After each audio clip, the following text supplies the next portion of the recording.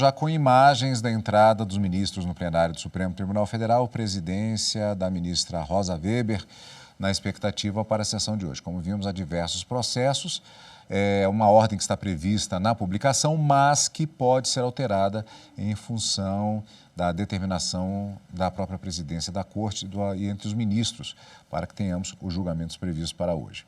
Destaque para a continuação exatamente do julgamento da DI 4768, mas poderemos ter a questão previdenciária também em julgamento. Vamos acompanhar, como sempre, ao vivo, direto do plenário. Boa tarde, obrigada. Podemos nos sentar?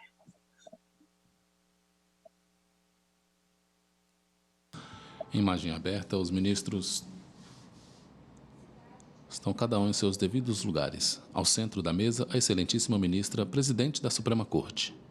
Declaro aberta a 34ª sessão ordinária do plenário deste Supremo Tribunal Federal. Abre a sessão a ministra Rosa Weber, presidente do STF. 23 de novembro de 2002, os queridos colegas, ministra Carmen Lúcia, ministro Gilmar Mendes, ministro Ricardo Lewandowski, ministro Luiz Fux, ministro Luiz Roberto Barroso, ministro Edson Fachin, ministro Alexandre de Moraes, ministro Nunes Marques, ministro André Mendonça, senhora vice-procuradora-geral da República, doutora Lindora Araújo, senhoras e senhores advogados, senhoras e senhores servidores, todos que nos assistem aqui neste plenário e também a imagem ao centro da tela, pelo sistema telepresencial, branca, loiros, usa e registro a presença veste roupa preta e usa uma com toga muita preta sobre os alegria ombros. dos Está estudantes ao centro de da mesa, em direito formato da letra das seguintes U invertida. instituições de ensino: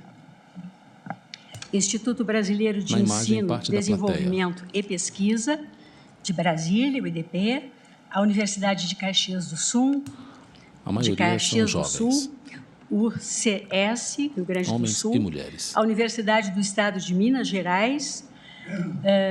Plateia praticamente completa. Sejam todos muito bem-vindos. Desejo que tenham proveito com essa sessão. Peço à senhora secretária que faça a leitura da ata da sessão anterior.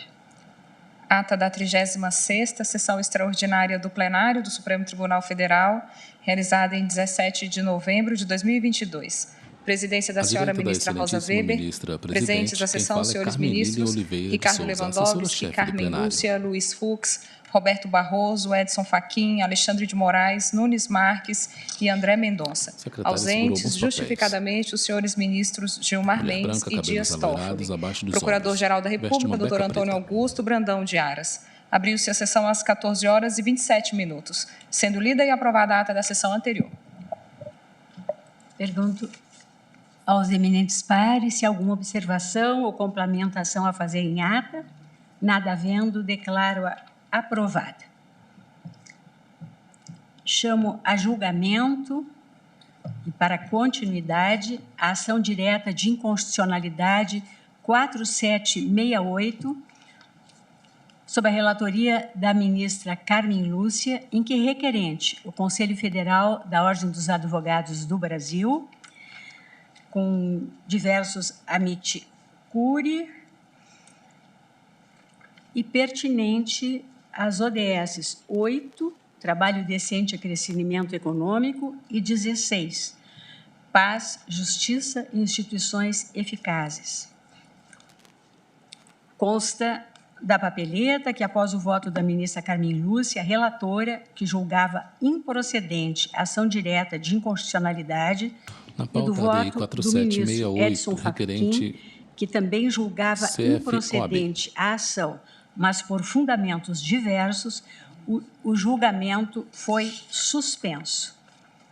Hoje vamos dar, então, continuidade à votação a partir do voto do ministro André Mendonça, que está com a palavra.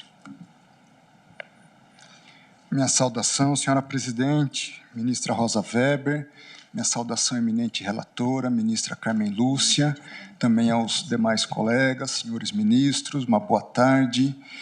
Senhora vice-procuradora-geral da República, também meus cumprimentos, assim como aos advogados, servidores que aqui se fazem presente, e também me permitam saudar de modo especial os alunos de Direito do IDP, aqui em Brasília, da Universidade de Caxias do Sul, no Rio Grande do Sul, e também da Universidade do Estado, do querido Estado de Minas Gerais.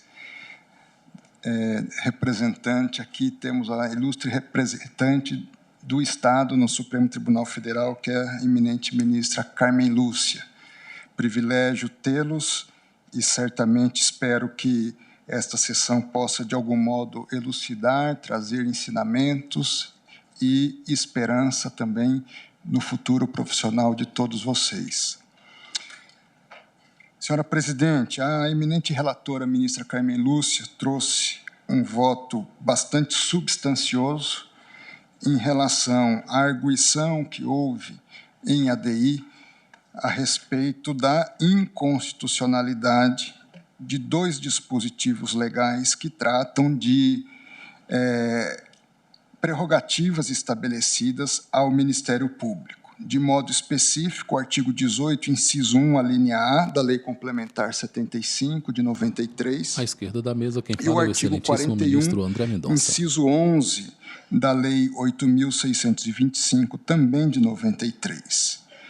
Esses dispositivos, em síntese, atribuem a prerrogativa ao Ministério Público de ter assento de modo específico ao lado dos magistrados e juízes e presidentes de tribunais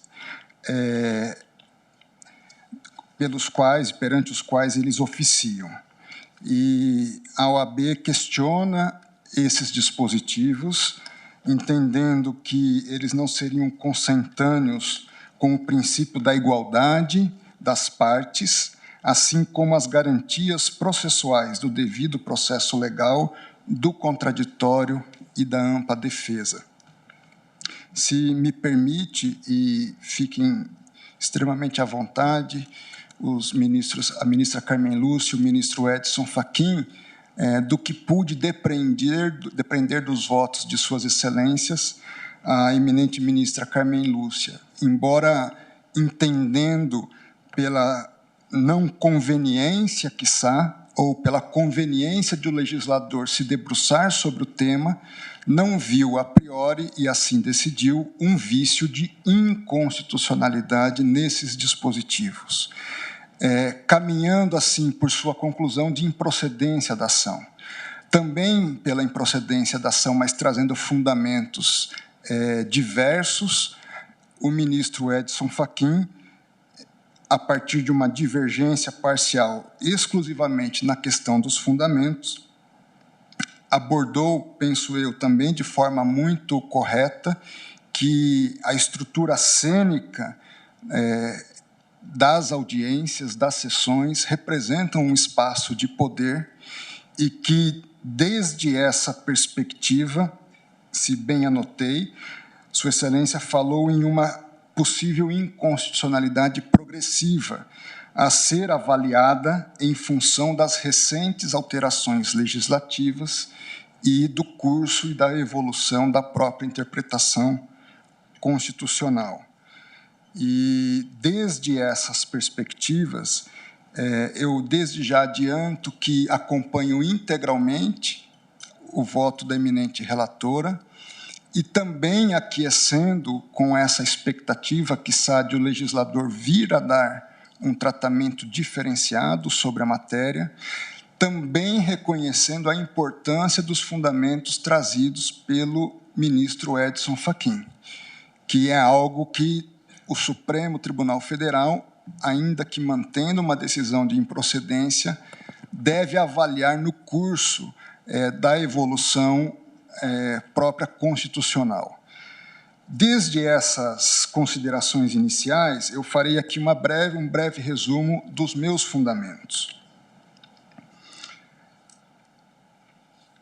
Em caso, a peculiaridade diferencial acolhida pelo legislador advém precisamente da nova roupagem institucional outorgada ao Ministério Público pela Constituição Federal de 88, passando a ostentar a superlativa e relevante missão de promover a defesa da ordem jurídica, do regime democrático e dos interesses sociais e individuais disponíveis, além de zelar pelo efetivo respeito dos poderes públicos e dos serviços de relevância pública aos direitos assegurados na Constituição, promovendo, por conseguinte, as medidas necessárias a esta garantia.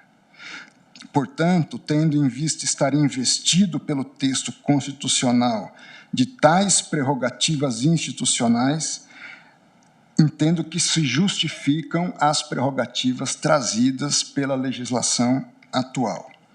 Nessa ordem de ideias, estando imbuído sempre pelo mesmo propósito de atuação, a tutela do interesse público, não se pode inferir da possibilidade de o Ministério Público ocupar múltiplos papéis processuais, ao contrário do que se possa concluir num primeiro olhar, a necessidade da cisão de suas prerrogativas, limitando-as a determinadas posições no processo. Bem ao contrário, a faculdade e dever de performar em vários figurinos processuais consubstancia-se a rigor em forma de expressão dessas prerrogativas, sendo mais um mecanismo para a concretização dos fins que lhes foram confiados. Em definitivo, ainda que seja parte na relação jurídico-processual, o Ministério Público tem o dever de agir de forma imparcial e atuar como fiscal da lei.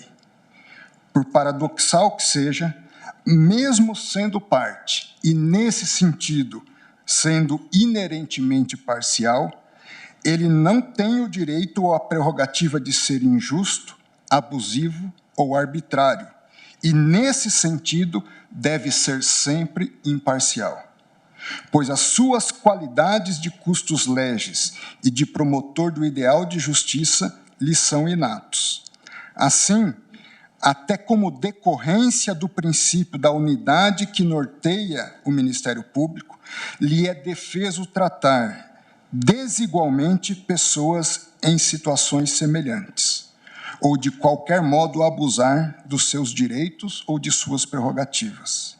E, em segundo lugar, em função do princípio da igualdade interpartes, não pode, e aqui uma responsabilidade do judiciário, não pode o judiciário dispensar-lhe tratamento processual materialmente privilegiado de modo a desequilibrar a igualdade de armas na relação jurídico-processual. Enfim, o fato de um membro do Ministério Público poder assentar-se à direita do juiz ou do magistrado presidente do órgão jurisdicional perante o qual oficie se justifica, e apenas se justifica, por ser o dever de imparcialidade condício sine qua non de sua atuação em qualquer contexto. Portanto, eu não chego ao ponto de adentrar e aderir aos fundamentos trazidos pelo eminente ministro Edson Fachin. Adiro integralmente aos fundamentos trazidos pela eminente ministra Carmen Lúcia, mas tenho a mesma preocupação, quiçá, do ministro Edson Fachin, de que, em função de mecanismos de resolução negociada relativos à persecução penal, que não tenham critérios de imparcialidade, objetividade e de unidade na atuação que permitam um tratamento igual de todas as partes em condições similares, se isso se rui o princípio segundo o qual eu baseio o fundamento do meu voto. Portanto, com essas observações, acompanho as conclusões e também, como fizeram suas excelências antes de mim, julgo improcedente o pedido formulado na inicial. Presidente, só uma observação ainda, antes que o ministro André encerre de vez a sua argumentação, o seu voto. De fato, nós estamos diante de um caso aparentemente singelo, mas à direita delicado, da mesa, excelentíssimo ministro Gilmar Mendes. Multifacetado. Eu, quando me debrucei sobre este caso, eu me lembrei de uma discussão que nós tivemos já faz muito tempo aqui sobre o réu que participava do júri algemado. A partir daí nós tivemos, acho que isso aflora um pouco essa argumentação no voto do ministro Edson Fachin. Naquela sentada, o tribunal entendeu que era de anular o júri. Um episódio de São Paulo, um evento de São Paulo. E claro, aqui há aspectos, inclusive, culturais, de direito costumeiro, mas eu fico a pensar, especialmente no que diz respeito ao tribunal do júri. De fato, uma das manifestações, inclusive um dos experimentos democráticos mais interessantes, mas em que o acusador tem essa posição privilegiada. E aí eu me pergunto, um pouco na linha da fundamentação trazida pelo ministro Edson Fachin, é razoável que, nesse caso, o procurador, promotor, seja lá o que for, membro do Ministério Público, tenha essa distinção ou essa prerrogativa? Eu quase que já respondo que não. Que eu acho que, se falamos tanto em paridade de armas ou coisas do tipo, me parece que aqui já partimos de uma disparidade flagrante. E isto precisaria ser, de fato, considerado. Acho que é claro que a projeção disso para outros níveis, o funcionamento de tribunais, isso já teria outras consequências. Teríamos que fazer uma análise mais evidente. Hoje temos, por exemplo, embora possamos não ter audiências, mas, por exemplo, temos ações de feição penal, uma ação de improbidade administrativa, em que também poderia haver essa disparidade de armas. De modo que, a mim me parece que esse é um tema para a reflexão e que precisa ser arrostado, considerado pelo tribunal, ainda que num diálogo institucional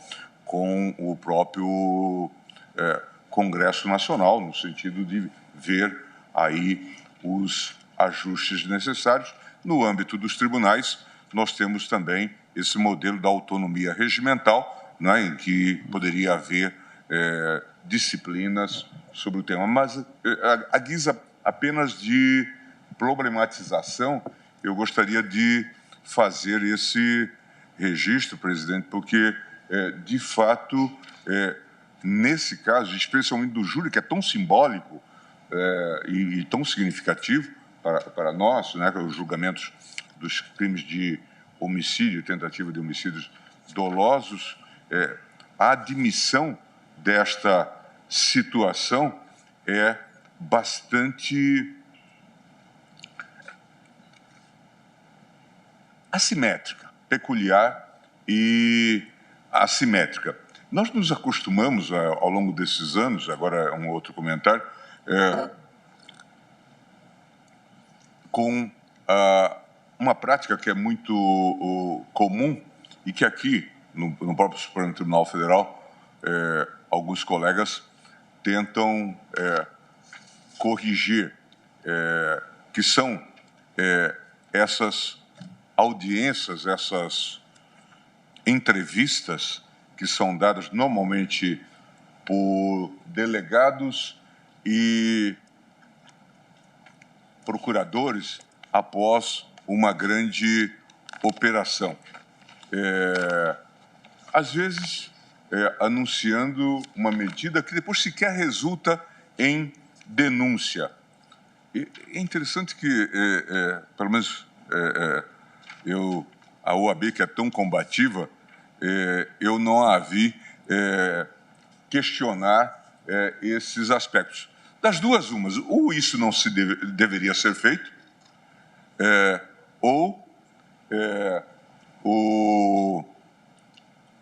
naquela audiência teria que ter também advogado.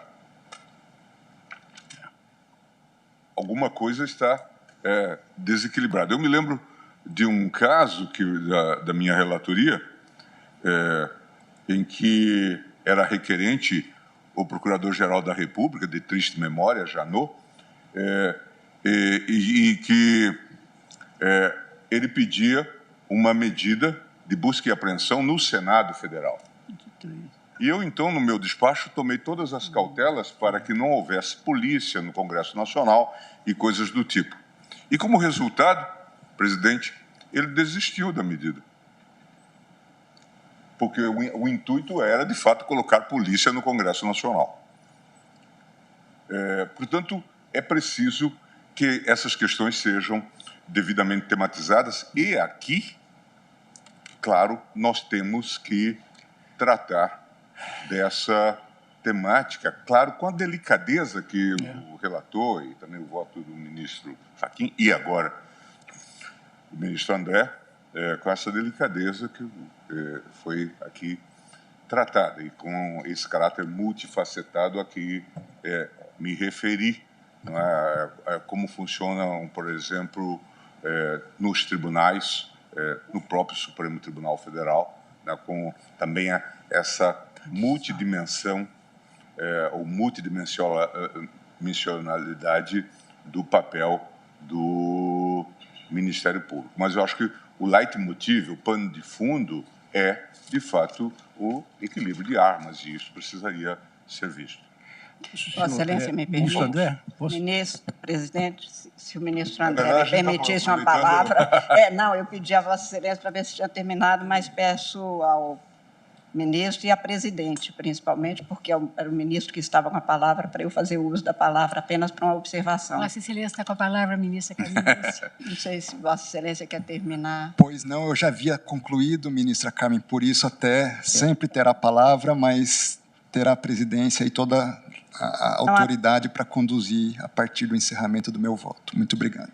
Eu entendi que o ministro André já havia encerrado o voto, ministra Carmen. Apenas para fazer uma observação, porque nós, infelizmente, por motivo justificado, o ministro Gilmar não estava aqui na semana passada, na sessão específica, e foi dito, ministro, exatamente isso que Vossa Excelência traz,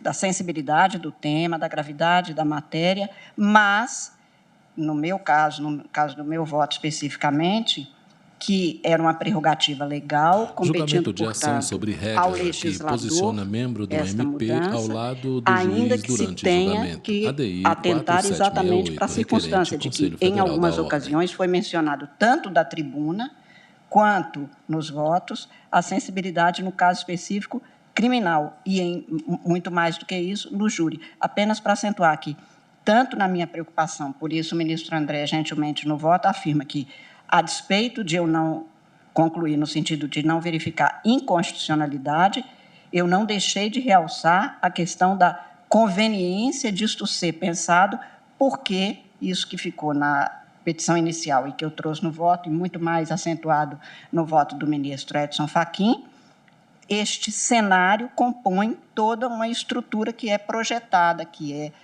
tornada visível, com consequências que podem ter. Apenas para acentuar que isso foi exatamente o objeto das preocupações. No meu caso, a minha conclusão foi no sentido de não verificar, ter o legislador, ao estabelecer esta norma, incorrido ao que seria uma inconstitucionalidade, nem formal nem material, apenas para acentuar isso, mas agradecendo até porque já tinha sido de alguma forma anotado pelo ministro. Muito obrigada, presidente. Senhor presidente, eu peço a palavra também, por gentileza. Pois não, ministro Lewandowski. Pois não. Senhor presidente, senhora presidente, cumprimento Vossa Excelência e, na sua pessoa, cumprimento todos os demais presentes aqui nesta sessão, especialmente os nossos queridos, prezados estudantes e os servidores sempre tão dedicados. Senhor presidente, eu penso que mesa, talvez Ricardo seja o momento de evoluirmos um pouco nessa questão, na linha agora trazida pelo ministro Gilmar Mendes. Eu ousaria dizer, senhor presidente, que a posição do combativo, respeitado Ministério Público, seja nas sessões dos tribunais ou nas salas de audiência, à direita do magistrado, se deva mais à tradição, à vetusta tradição, talvez multissecular, do que propriamente a uma determinação legal. Um pouco na linha do que ocorre com os crucifixos que nós temos nos nossos tribunais, não é? Sem querer entrar no mérito desta questão muito complexa, não é? E que nós, enfim, temos sempre entendido que se deva mais à tradição que é respeitada pelo Poder Judiciário há tanto tempo.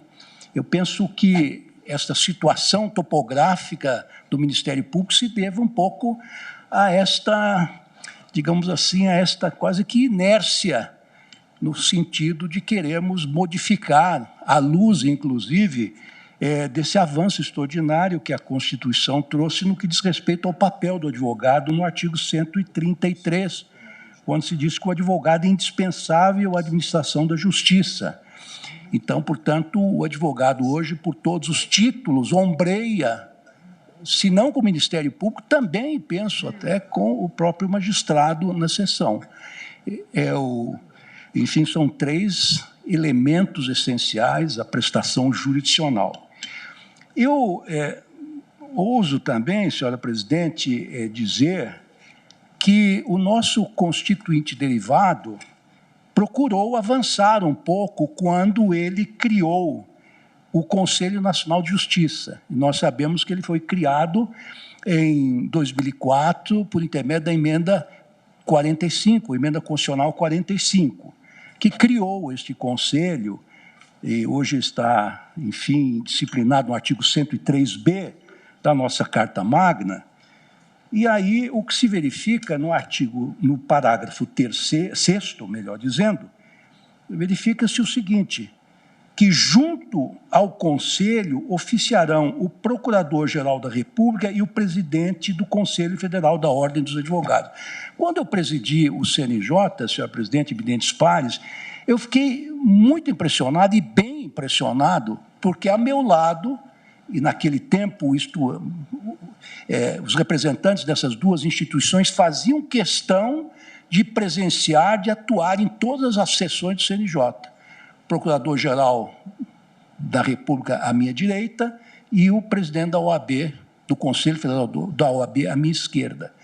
Portanto, o que eu quero dizer é que o constituinte derivado procurou inovar, modernizar, avançar no que diz respeito a este tema, colocando o Ministério Público e a advocacia no mesmo plano. E ninguém tem dúvida que a emenda constitucional 45 de 2004 foi realmente um avanço, foi modernizadora em muitos sentidos. E eu penso, com devido respeito, que talvez pudéssemos nós aqui no Supremo Tribunal Federal, quiçá mediante uma interpretação conforme, avançar um pouco mais dentro desse movimento que está sugerido pela própria Carta Magna, a qual todos nós nos submetemos. Mas apenas uma observação, senhor presidente, que faço para contribuir um pouco com o debate. E só para atualizá-lo, ministro Lewandowski, já que Vossa Excelência fez essa colocação, e uma atualização puramente fática, porque atualmente estou eu na presidência do Conselho Nacional de Justiça, à minha direita fica sentado o representante do Ministério Público e do outro lado fica, à esquerda, fica o secretário sempre.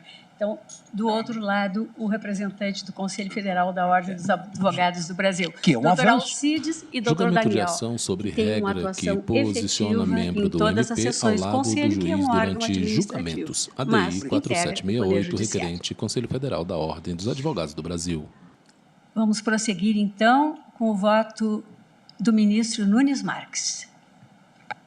senhora presidente, ministra Rosa Weber, senhora vice-procuradora-geral da República, senhora ministra Carmen Lúcia, senhores ministros, senhores advogados, senhora secretária da sessão, senhores acadêmicos do curso de Direito, meu boa tarde a todos.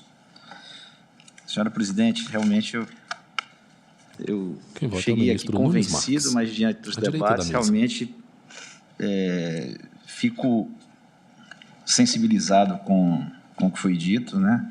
Mantenho a minha posição por enquanto, sem prejuízo de evoluir ao longo do julgamento.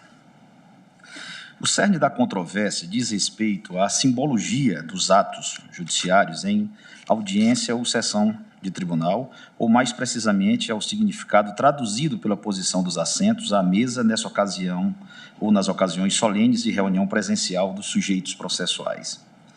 E a pergunta que de logo me faço é: a Constituição exige, ainda que implicitamente, algum modelo de organização das cadeiras na sala de audiência? Com a devida vênia, a resposta para mim é claramente não. De fato, não consigo vislumbrar nenhum dispositivo constitucional que imponha, ainda que remotamente, alguma forma cogente de organização dos assentos nas salas de audiências e julgamentos do Poder Judiciário.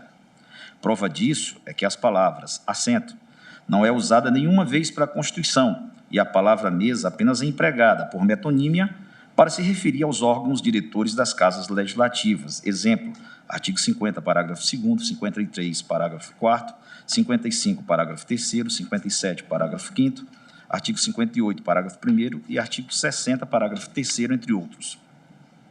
Na verdade, a Constituição é praticamente silente a respeito da configuração cênica dos julgamentos, mencionando, em relação aos tribunais, apenas seus nomes e os nomes dos cargos dos respectivos membros, e, ocasionalmente, o local da sede obrigatória de alguns tribunais, a exemplo do artigo 92. A Carta da República fala também da garantia de acesso às salas onde se realizem sessões de julgamento, com limitações apenas em casos específicos de risco à intimidade das pessoas, artigo 93, incisos 9 e 10. Em relação ao Tribunal do Júri, são apresentados alguns elementos formais singulares, em especial o sigilo das votações, artigo 5º, inciso 38.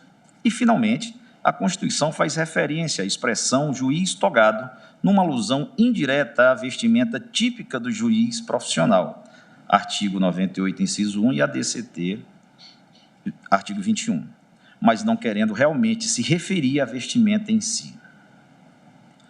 Especificamente em relação às audiências, a Constituição se refere expressamente tão só àquelas realizadas em mutirões de justiça itinerante, para dizer que tais atos podem ser realizados fora da sede do juízo, em equipamentos públicos ou comunitários, artigo 106, parágrafo 2º, artigo 115, parágrafo 1º e artigo 125, parágrafo 7º. E aqui abro um parêntese para dizer que, na minha experiência no Tribunal Regional Federal da Primeira Região, tive conhecimento de audiências em juizados itinerantes realizadas em barcos, debaixo de tendas, em pátios de escolas públicas e em muitos locais que sequer havia mesas com dimensões suficientes para que o membro do Ministério Público se sentasse ao lado do juiz. Fora dessas poucas regras acima referidas, a Constituição deixa toda a matéria relativa à disciplina do processo judicial, principalmente a sua organização administrativa, ritualística e logística, nas mãos do legislador ordinário federal, artigo 22, inciso 1. E há realmente muita matéria nesse campo que pode ser objeto de legislação federal e até de legislação estadual, caso se trate de meros procedimentos, conforme autoriza o artigo 24, inciso 6 da Constituição. Assim, por exemplo, podem ser objeto de deliberação legislativa, entre outros temas: os horários de início e encerramento dos turnos de audiências, a decisão sobre se as audiências devem ou não ser filmadas, a necessidade ou não de o mesmo juiz que presidiu a audiência ser o que vai proferir a sentença, a ordem das falas durante a audiência, a forma dos recursos contra as decisões proferidas em audiência, a vestimenta adequada para os sujeitos processuais, especialmente os agentes públicos, estarem em audiência e, é claro, a disposição dos assentos à mesa e até mesmo se haverá uma mesa só ou várias e qual o seu formato geométrico.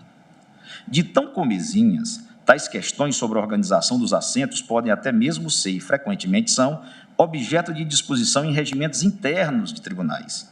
No caso do Supremo Tribunal Federal, por exemplo, o regimento interno contém regra idêntica às impugnadas, assegurando assento à direita do presidente da sessão ao Procurador-Geral da República. Regimento interno do Supremo Tribunal Federal, artigo 48 caput, artigos 144 e 148.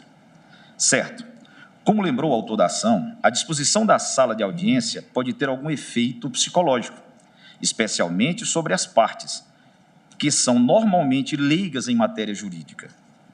Não nego, é possível que haja mesmo algum efeito, mas, com a devida vênia, é meramente especulativa a conclusão de que o simbolismo dos assentos, em si, traz prejuízo para o equilíbrio processual, especialmente no processo penal.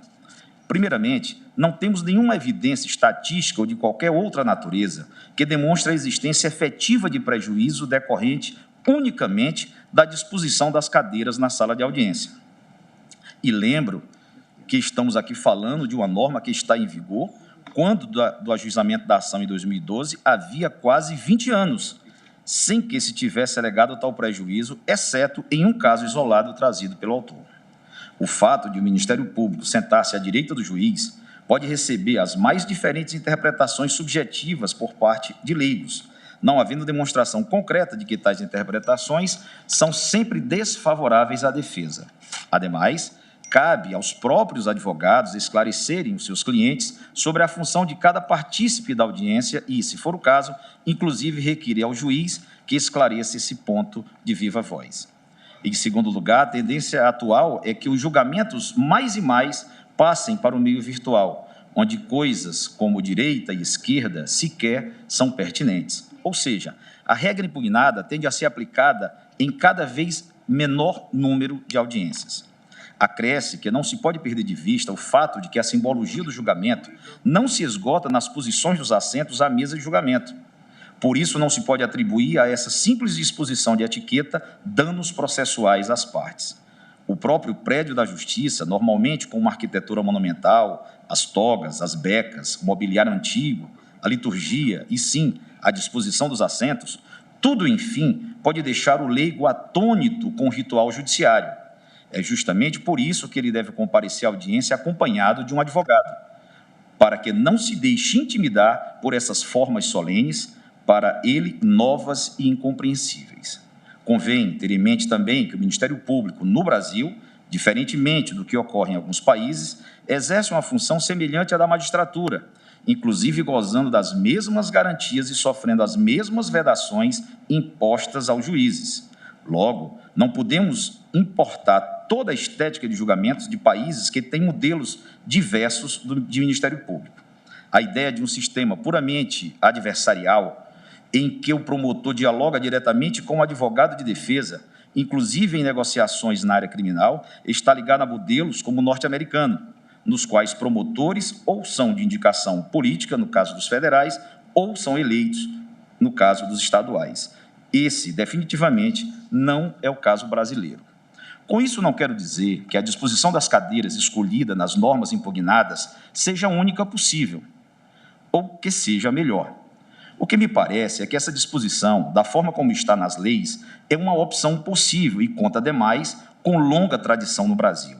Mas se amanhã o Congresso Nacional vier a revogar a norma impugnada e estipular que os membros do Ministério Público devem se sentar no mesmo plano dos advogados, frente a frente com esses, ou que a mesa de audiência deva ser circular, para que todos fiquem aqui distantes de um centro e ninguém ocupe uma posição especial, isso será também uma opção legítima do legislador, porque não há qualquer indicação na Constituição de que seja obrigatória uma disposição específica das cadeiras na sessão de julgamento. Hoje, a exemplo da questão litúrgica e tradicional, eu abri uma exceção para criar um impacto. Eu mencionei o Ministério Público antes de me referir a todos os colegas da Corte, contrariamente do que todos nós fazemos e do que eu fiz em 2 anos do Supremo Tribunal Federal. E uma mínima quebra de liturgia deve ter chamado a atenção de todos nós. apenas para mostrar que essa liturgia também nos traz segurança e faz parte da nossa história. Que eu peço escusas pela inversão, mas ela foi proposital.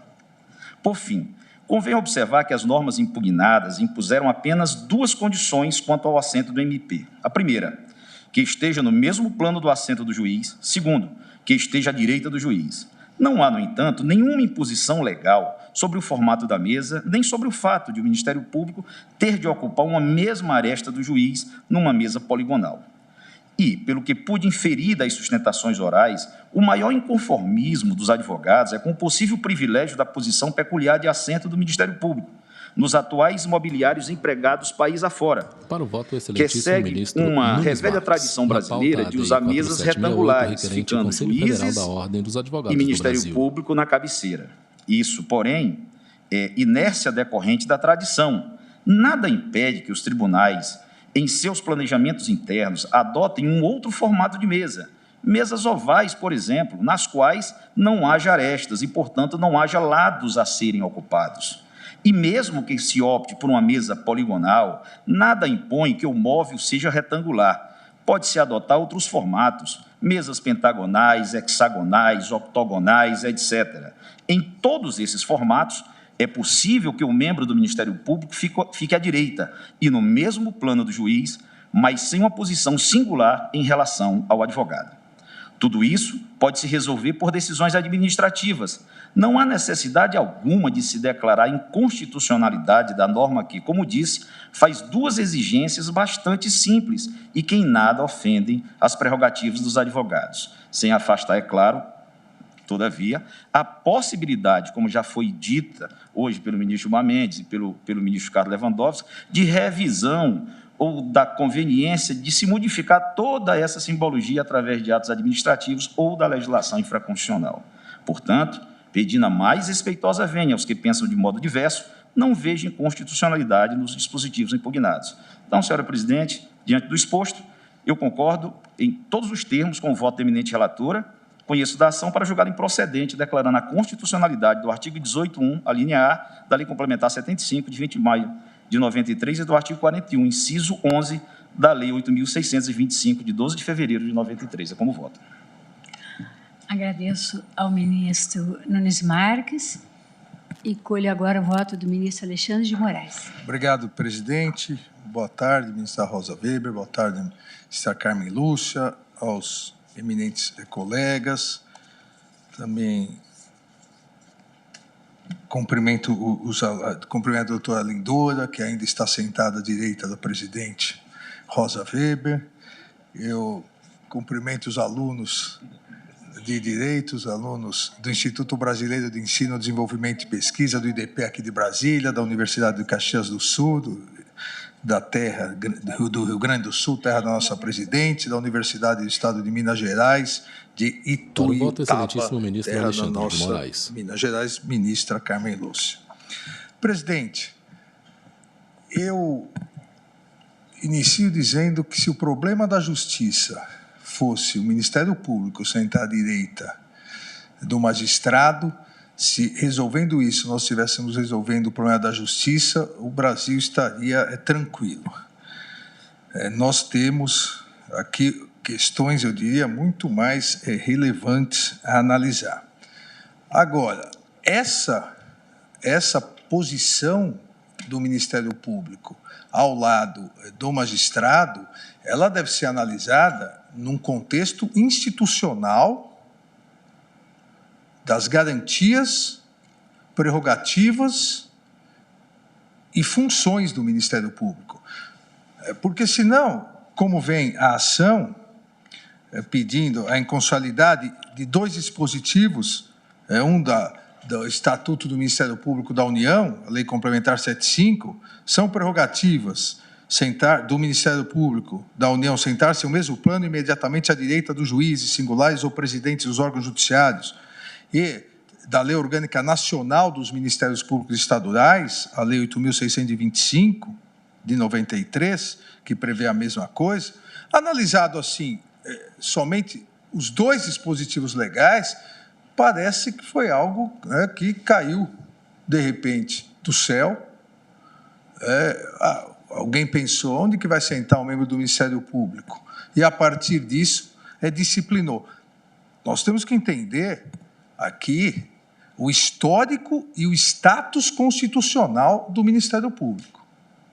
A eminente ministra Carmen Lúcia, e eu não vou ser redundante, fez todo o histórico das previsões constitucionais do Ministério Público. Eu salientaria, só para não ser repetitivo, que nesse Supremo Tribunal Federal, essa posição do Procurador-Geral da República sentar à direita do presidente do Supremo Tribunal Federal, ela se deu porque, pela Constituição de 1891, o Procurador-Geral da República era um dos membros do Supremo Tribunal Federal. Tamanho o status institucional, não pessoal, institucional do Ministério Público, desde a primeira Constituição republicana, que a própria Constituição previa a escolha dentre os membros do Supremo Tribunal Federal e passou a sentar no mesmo plano à direita, no mesmo plano dos magistrados do Supremo, em plano inferior ao presidente, mas à direita do presidente ou da presidente do Supremo Tribunal Federal. Isso em 1891. O Ministério Público Brasileiro de hoje, o Ministério Público Brasileiro de 1988, é muito maior institucionalmente que o Ministério Público de 1891, cuja previsão constitucional constava em um único artigo, exatamente na previsão da escolha do Procurador-Geral da República. O Ministério Público brasileiro não tem comparação, ou não encontra paradigma em nenhum Ministério Público mundial. Nós não podemos comparar o Ministério Público brasileiro com o Ministério Público norte-americano, como salientou o eminente ministro Cássio. O Ministério Público brasileiro, a evolução do Ministério Público brasileiro vem a partir, obviamente, da ação penal, que não era exclusiva do Ministério Público até 1988, mas vem a partir disso, tanto que no Código de Processo Criminal de 1932, foi a primeira previsão do Ministério Público brasileiro, chamando o membro do Ministério Público como promotor da ação penal. Mas a evolução do Ministério Público foi cada vez maior como fiscal da lei.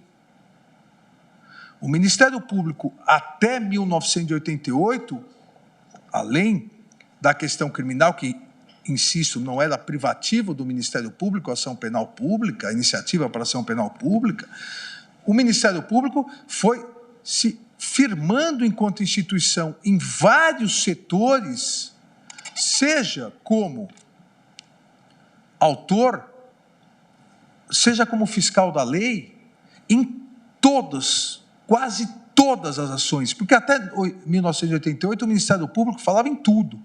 Acidente do trabalho, o Ministério Público atuava como fiscal da lei. Todos os mandados de segurança, mesmo direitos individuais, o Ministério Público atuava. E assim cresceu a instituição do Ministério Público. Esse reconhecimento, a esse crescimento institucional do Ministério Público, veio pela Constituição de 1988, que expressamente no artigo 127 previu: o Ministério Público é a instituição permanente, essencial à função jurisdicional do Estado, incumbindo-lhe a defesa da ordem jurídica, do regime democrático e dos interesses sociais individuais indisponíveis. Por mais importante que sejam as demais instituições, os demais órgãos, o Ministério Público não é melhor ou pior que nenhuma instituição, nenhum órgão. O Ministério Público é diferenciado constitucionalmente. O Ministério Público teve esse reconhecimento da Constituição de 1988, que no artigo 129, inciso 1º, deu ao Ministério Público que só os poderes de Estado têm. Um ato de soberania estatal.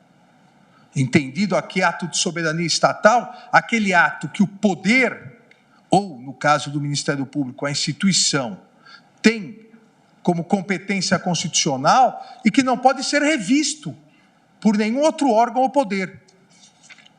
É a conveniência e oportunidade, dentro, obviamente, da legalidade do Executivo, é o legislar do Poder Legislativo, é o trânsito em julgado, a decisão judicial do Judiciário, e é o exercício privativo da ação penal pública pelo Ministério Público.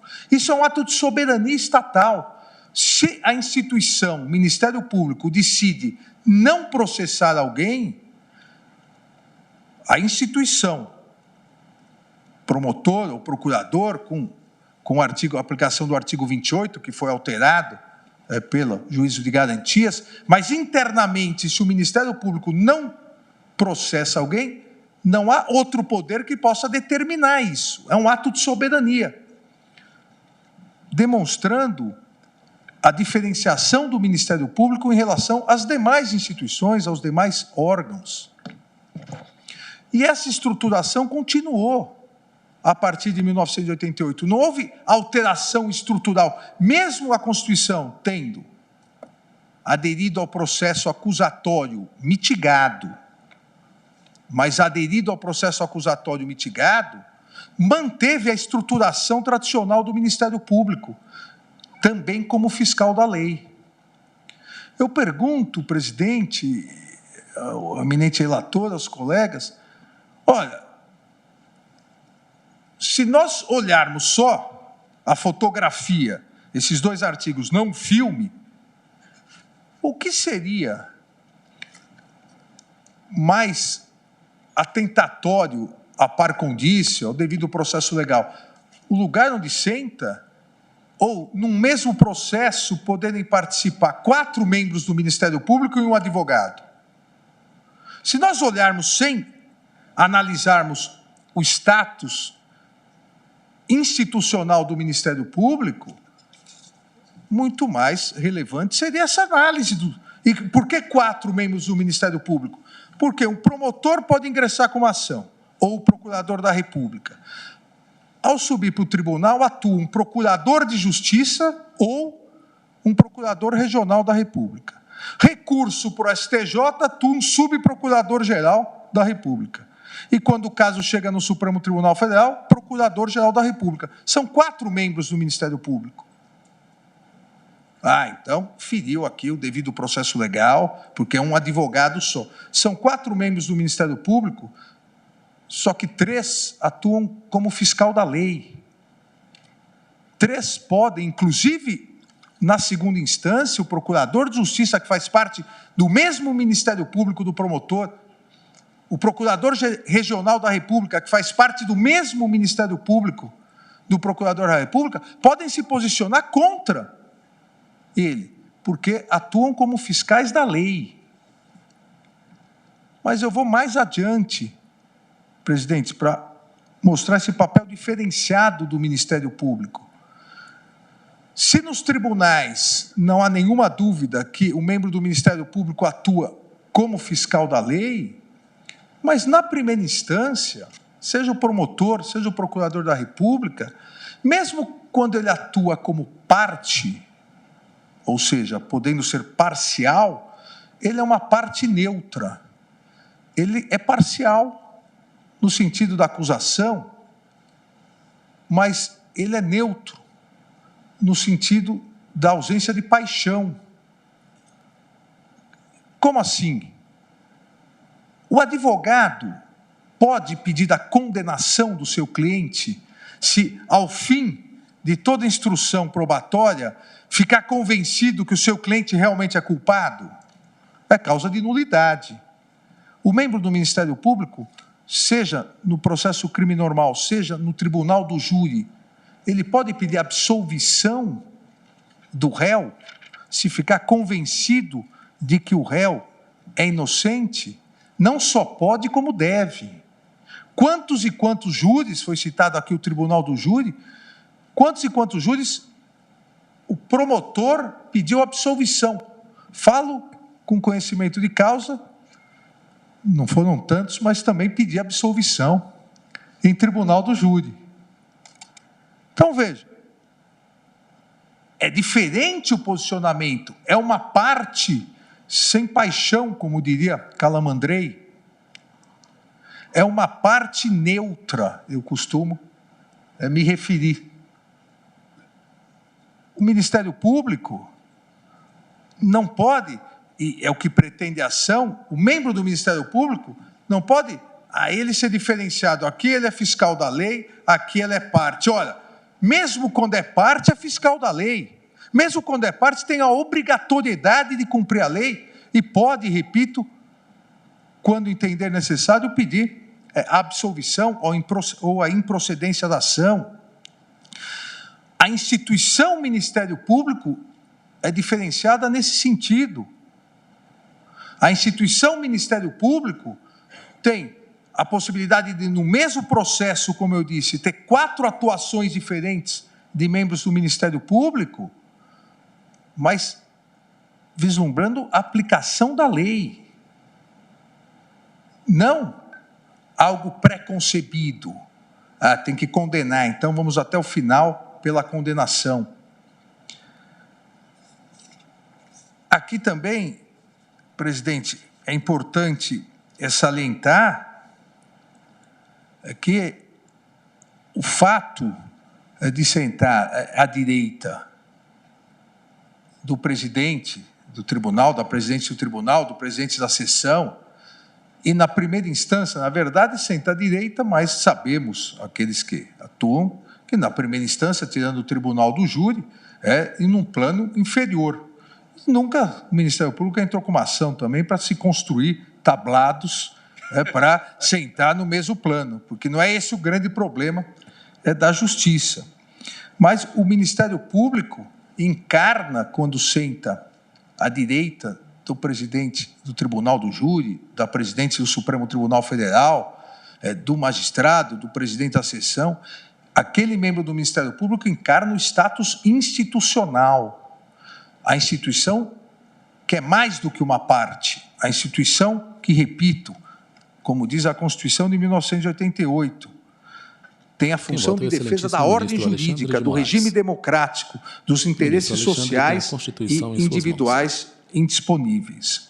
Não vejo, presidente, inconstitucionalidade alguma nessa previsão. Essa previsão está de acordo com o status constitucional do Ministério Público. Mas poderia uma outra previsão? Sim, desde que não ferisse o status constitucional do Ministério Público, mas essa previsão específica está de acordo com o status institucional. Não se trata de uma vaidade pessoal daquele promotor, daquela promotora, daquele procurador, daquela procuradora, mas sim uma deferência legislativa do Congresso Nacional à importância institucional do Ministério Público, que, além de todas essas funções, é a única instituição que tem exatamente, nem mais nem menos, exatamente as mesmas garantias de imparcialidade e liberdade do magistrado. A única diferenciação que ocorria em relação à atividade política eleitoral, a emenda constitucional 45, em boa hora, encerrou. Hoje, o membro do Ministério Público tem exatamente as mesmas garantias, prerrogativas e vedações, é importante que se diga, e vedações do magistrado. São instituições co-irmãs, com funções diversas, mas na defesa da justiça e do Estado de Direito. Portanto, presidente, pedindo vênia as posições em contrário. Julgamento de ação sobre regra que posiciona membro do Ministério Público ao lado do juiz durante julgamentos. ADI 4768, requerente Conselho Federal da Ordem dos Advogados do Brasil. Alexandre de Moraes. Passo agora a colher o voto do ministro Luiz Roberto Barroso. Boa tarde, presidente. Boa tarde, prezados colegas, ministra Carmen Lúcia, senhora subprocuradora-geral da República, senhores funcionários. Cumprimento também os ilustres advogados que estiveram na tribuna, a doutora Bruna Santos Costa, o estimado doutor Aristides Junqueira Alvarenga, o doutor Gustavo Grandinetti e o doutor Fernando Luiz Coelho Antunes. Presidente, as ideias, os argumentos já estão todos postos na mesa e o meu voto por consequência, vai ser bastante breve. Nós julgamento de ação sobre regra que posiciona membro do Ministério Público ao lado do juiz durante julgamentos. Da Lei Orgânica do Ministério Público, que prevêem que o membro do Ministério Público, ou seja, o promotor ou o procurador, se sentem à direita do juiz durante as sessões de julgamento. O argumento do autor, que é o Conselho Federal da Ordem dos Advogados do Brasil, é que tal previsão legislativa violaria o princípio da isonomia, bem como o princípio do devido processo legal, do contraditório e da ampla defesa. A eminente ministra Carmen Lúcia, relatora do caso, entendeu que não há quebra da isonomia, porque existe um papel diferenciado exercido pelo Ministério Público. É que, pela Constituição Federal, o Ministério Público tem como função a defesa da ordem jurídica, do regime democrático e dos interesses indisponíveis individuais, interesses sociais e os individuais indisponíveis. Portanto, o Ministério Público tem um papel institucional, ao passo que o papel do advogado é parcial por dever de ofício. O Ministério Público tem o dever de ser imparcial por dever de ofício. O ministro Luiz Edson Fachin, no seu voto, destaca, e eu penso que com acerto, a dualidade dos papéis do Ministério Público, que pode atuar assim como custoleges, como também como parte, e no processo penal, como parte acusatória. E conclui, portanto, Sua Excelência, que haveria aqui uma inconstitucionalidade progressiva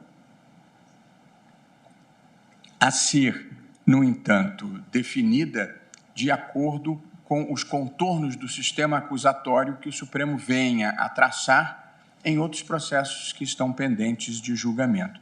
E apenas por essa razão, mas com essa ressalva, Sua Excelência acompanhou a posição da ministra Carmen Lúcia. Essas são, eu diria, as duas visões já postas na mesa, embora produzindo o mesmo resultado.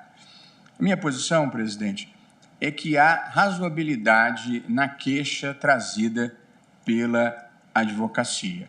E acho que verdadeiramente esse tema possa ser repensado e mereça mesmo ser debatido.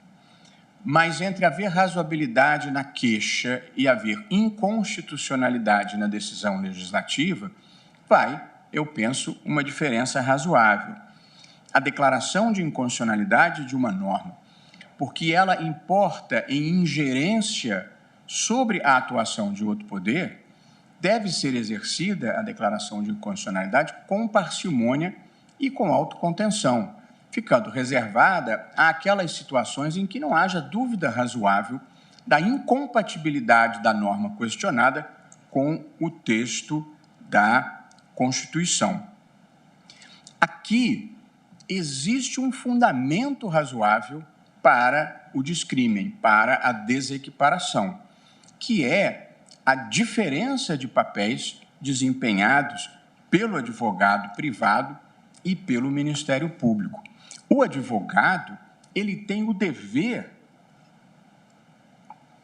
de defender o seu cliente, de dar a versão dos fatos do seu cliente e de sustentar, entre teses alternativas razoáveis, aquela que melhor atenda ao interesse que ele patrocina. O limite do advogado é a ética e a legislação. Mas ele não pode, observou o ministro Alexandre agora há pouco, ele não pode, em nenhum momento, frustrar o mandato que lhe foi confiado, que é de defender até o limite o interesse do seu cliente. São raríssimas as situações em que um advogado possa conceder a culpabilidade do seu cliente ou a sua eventual condenação, salvo em hipóteses como a da transação penal. Portanto, esse é o papel do advogado. Já o papel do Ministério Público é diverso. Ele patrocina um interesse público e não o interesse privado de uma parte. Mas eu não quero aqui retomar, presidente, uma versão antiquada, eu diria, do velho princípio da supremacia do interesse público sobre o interesse privado. A maneira como eu vejo... Na pauta ADI 4768, o interesse público só supera o interesse privado na medida em que, chancelado pela Constituição, o interesse público Luiz Roberto Barroso, é vice-presidente fazer do Supremo valer Tribunal. os valores da Constituição, ainda que proteja apenas uma parte privada.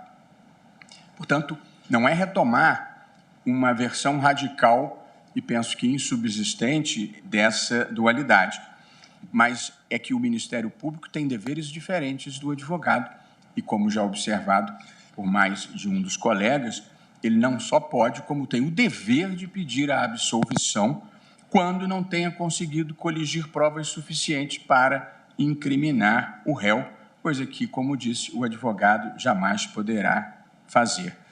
Portanto, o fato de que eu considero desejável, e de fato considero, que no processo penal em que o Ministério Público atua como parte, o ideal seria mesmo que estivessem no mesmo plano e na mesma situação.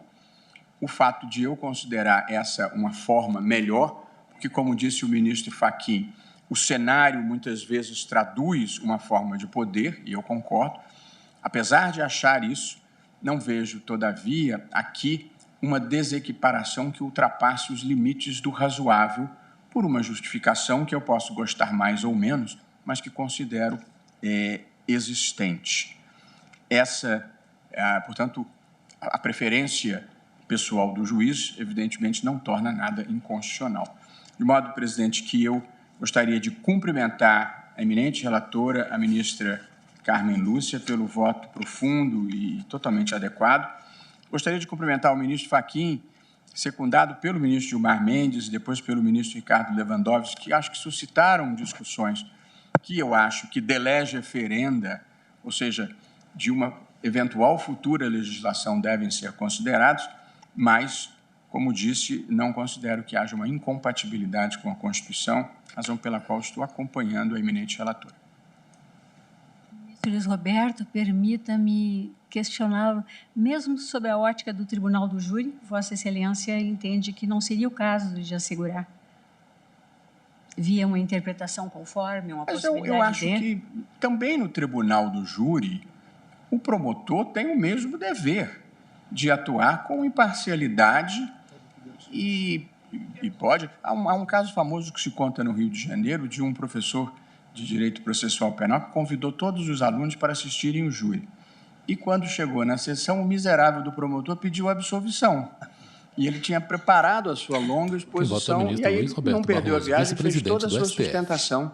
Ganhou por 4 a 3. 4768, requerente do Conselho Federal da Ordem. Às vezes é arriscado.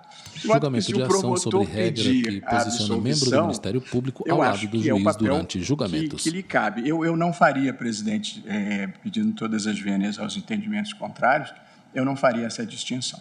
Sem entrar na polêmica, mas parece que esses casos de pedido de absolvição são casos de cisne negro, né? De fato, são casos raríssimos, até porque antes já se poderia ter se manifestado pela própria impronúncia, se fosse o caso, no processo do Tribunal do Júri. Permite-me, por favor. Perdão, as questões para pronúncia são diferentes da questão para acusação. Isso é algo também que nós vamos discutir aqui. Discutimos a primeira turma recentemente, a questão do indúbio a favor da sociedade na pronúncia e indúbio a favor do réu no momento do júri. Realmente é uma excepcionalidade o pedido de absolvição, mas não é tão cisne negro assim, porque, veja, até eu pedi. Eu estava até admirado desse seu caso. A doutora Cláudia Sampaio Marques já pediu também lá na turma, não é comum, mas já pediu. Então... Estimada doutora Cláudia. Senhores ministros, eu sempre gosto de ouvir a posição de todos, e até questionei o ministro Luiz Roberto, porque eu estou mais ou menos cuidando do nosso horário de julgamento e não gostaria de já partir para um outro voto. A questão realmente é importante e os debates estão sendo profícuos. Mas, então, eu vou aproveitar, senhores ministros, para fazer o que eu não fiz no início da sessão, é noticiar a Vossas Excelências que o Supremo Tribunal Federal está lançando, nesta data, a 2ª edição da Convenção Americana sobre Direitos Humanos. Esta edição, a primeira se fez na gestão da ministra Carmen Lúcia. Né? E por que nós estamos lançando agora? É porque estamos a celebrar ontem, foi o dia da celebração do 53º aniversário do Pacto de São José da Costa Rica, né? E do 30º aniversário da sua promulgação no Brasil. Ministra Rosa Weber, os presidente 30 da Suprema anos de Corte. promulgação ocorreram no último dia 6 de novembro. E essa Convenção Americana sobre Direitos Humanos foi aprovada, eu relembro, em 22 de novembro de 1969, pelos Estados-membros da Organização dos Estados Americanos. Ela veio a reafirmar o propósito de consolidar no continente um regime de liberdade pessoal e de justiça social fundado no respeito aos direitos essenciais do ser humano. O documento instituiu o denominado Sistema Interamericano de Direitos Humanos, composto por 2 órgãos principais, a Comissão Interamericana de Direitos Humanos e a Corte Interamericana de Direitos Humanos. Esse Tratado de São José da Costa Rica representa um marco significativo do compromisso assumido pelo Estado brasileiro com respeito à proteção e à realização de direitos, bem como sua integração ampla e efetiva no Sistema Interamericano dos Direitos Humanos. E, dito isso, senhores ministros, eu só lamento que não tenhamos um exemplar para com ele presentear esses universitários todos que aqui se encontram, porque realmente lançamos ontem e é um número pequeno de que dispomos. Mas eu fiz o registro justamente para que, né, mais uma vez, se divulgue e se reafirme a importância desse Tratado de São José da Costa Rica. Eu vou encerrar, ou melhor, vou suspender a sessão para o nosso intervalo. Em meia hora, retornaremos. A imagem se abre, os ministros se cumprimentam. A excelentíssima ministra Rosa Weber se põe de pé e se encaminha para o corredor.